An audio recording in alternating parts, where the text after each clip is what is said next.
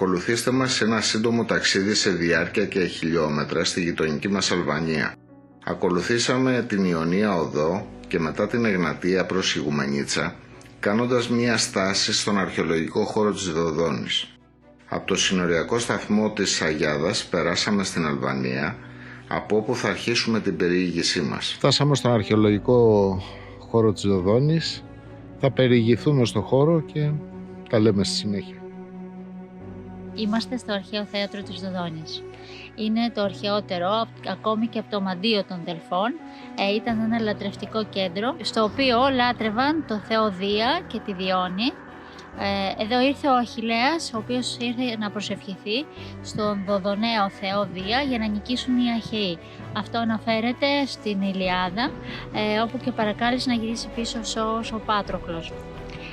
Εδώ πάλι ήρθε ο Οδυσσέας για να ρωτήσει για την επιστροφή του στην Ιθάκη. Αυτό αναφέρεται στην Οδύσσεια. Εδώ μετατράπηκε ο θέατρο αυτό σε αρένα το 31 μετά Χριστόν από τον Αύγουστο, τον Ρωμαίο Αυτοκράτορα.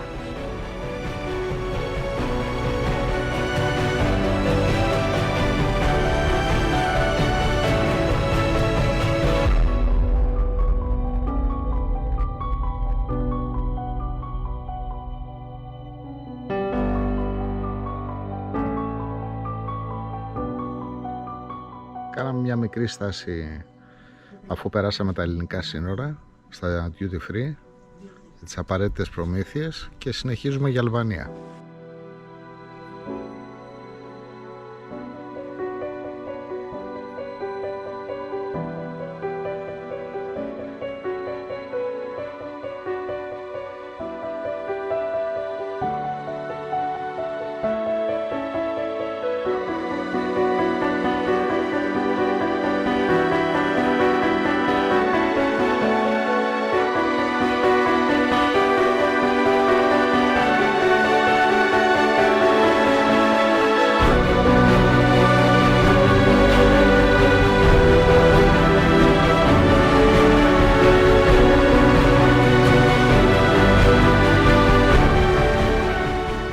Πηγαίνουμε προς το Ξαμίλ, περνάμε με το αυτοσχέδιο εδώ πέρα, φερμποτάκι με τα σειρματόσκηνα και αυτά. Μας πήρε 3 ευρώ για τη μοτοσυκλέτα και για 2 άτομα. Δεν ξέρω πόσο ακριβώς είναι το εισιτήριο. Είναι πολύ σύντομος ο χρόνος που περνάμε απέναντι. Όπου φτάσαμε.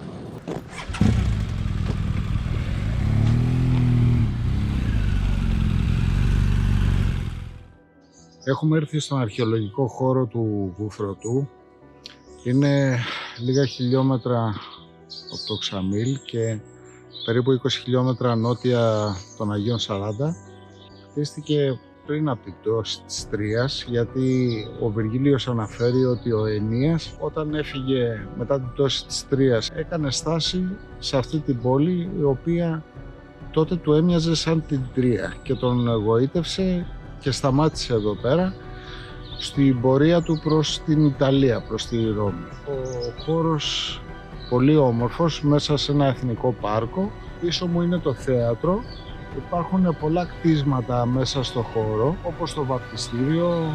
Υπάρχουν ενετικοί πύργοι που χτίστηκαν τον 15ο-16ο αιώνα, αρκετούς αιώνες μετά από την ίδρυση του Βουφρωτού. Στα αγγλικά λέγεται Μπούτριν. Αξίζει να σταματήσετε για μία επίσκεψη στο χώρο. Το ειστήριο κοστίζει 1000 λεκ, το οποίο είναι περίπου 9 ευρώ.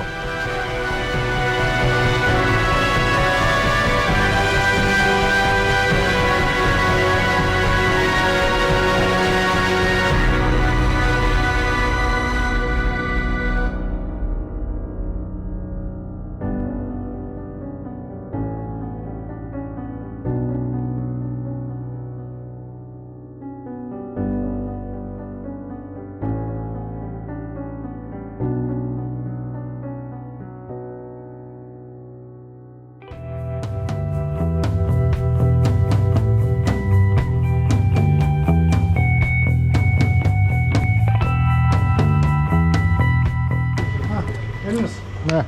Τι χαρά. Τι γίνεται? Πόσο βάζουμε? Το γεμίσουμε.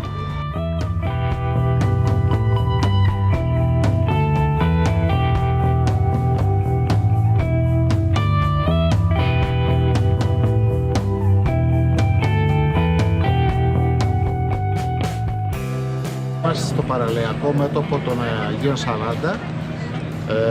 Είναι μια όμορφη πόλη που μας εντυπωσίασε. Δεν περιμέναμε ότι θα ήταν τόσο αναπτυγμένη. Το παραλιακό μέτωπο εδώ προσφέρεται για περπάτημα. Τα κτίρια είναι σχεδόν καινούργια όλα.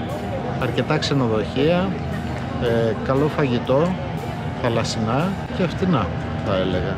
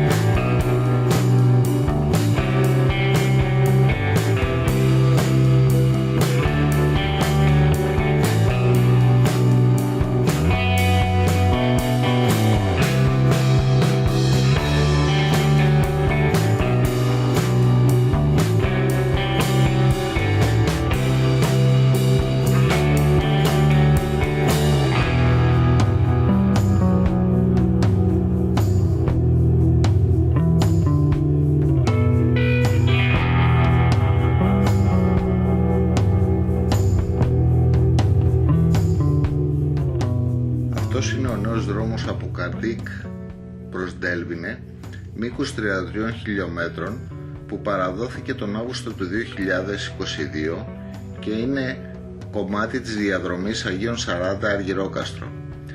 Δεν τον είχε το GPS, αν και ήταν ενημερωμένο, αλλά ούτε και το Google Maps. Απολαύστε!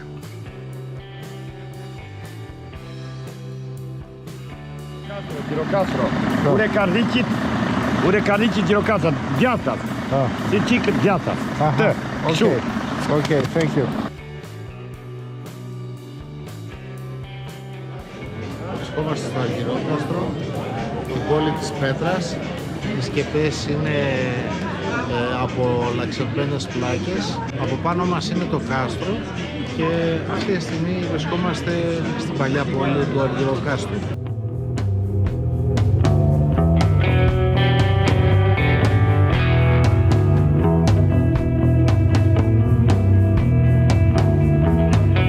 Πίσω μου βλέπετε τα τείχη του κάστρου. Το κάστρο πήρε το όνομά του από την πριγκίπισσα Αργυρό, η οποία έπεσε από τα τείχη του και αυτοκτόνησε όταν μπήκαν οι Οθωμανοί στην πόλη.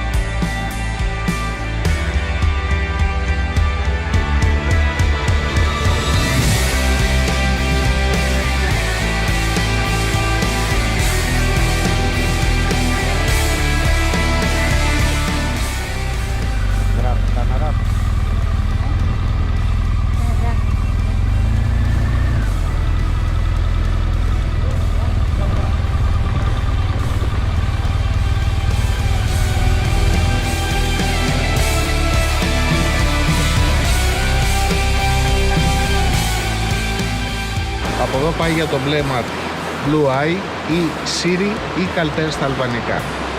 Είναι ένα υπέροχο σημείο τα νερά ρέουν γάργαρα. Πάμε να δούμε το σημείο που είναι το μπλε μάτι. Αυτό είναι το μπλε μάτι της Αλμπανίας, είναι διάσημο αξιοθέατο. Είναι μία τρύπα από την οποία αναβλύζει νερό και αυτή η τρύπα έχουν υπολογίσει στο περίπου ότι έχει βάθος 45 μέτρα, αλλά είναι τόσο δυνατή η πίεση του νερού που αναβλύζει που δεν αφήνει τους βύτες να κατέβουν πιο κάτω να δούνε το πραγματικό βάθος. Είναι μέσα σε ένα πανέμορφο τοπίο. Έχουν φτιάξει την πρόσβαση μέχρι εδώ πέρα. Από την πύλη είναι 2 χιλιόμετρα με ένα ωραίο δρόμο. Ευτυχώς ο φύλακας μας είδε με τη μοτοσυκλέτα και μας άφησε να περάσουμε και γλιτώσαμε τον ποδαρόδρομο και έτσι απολαμβάνουμε το τοπίο.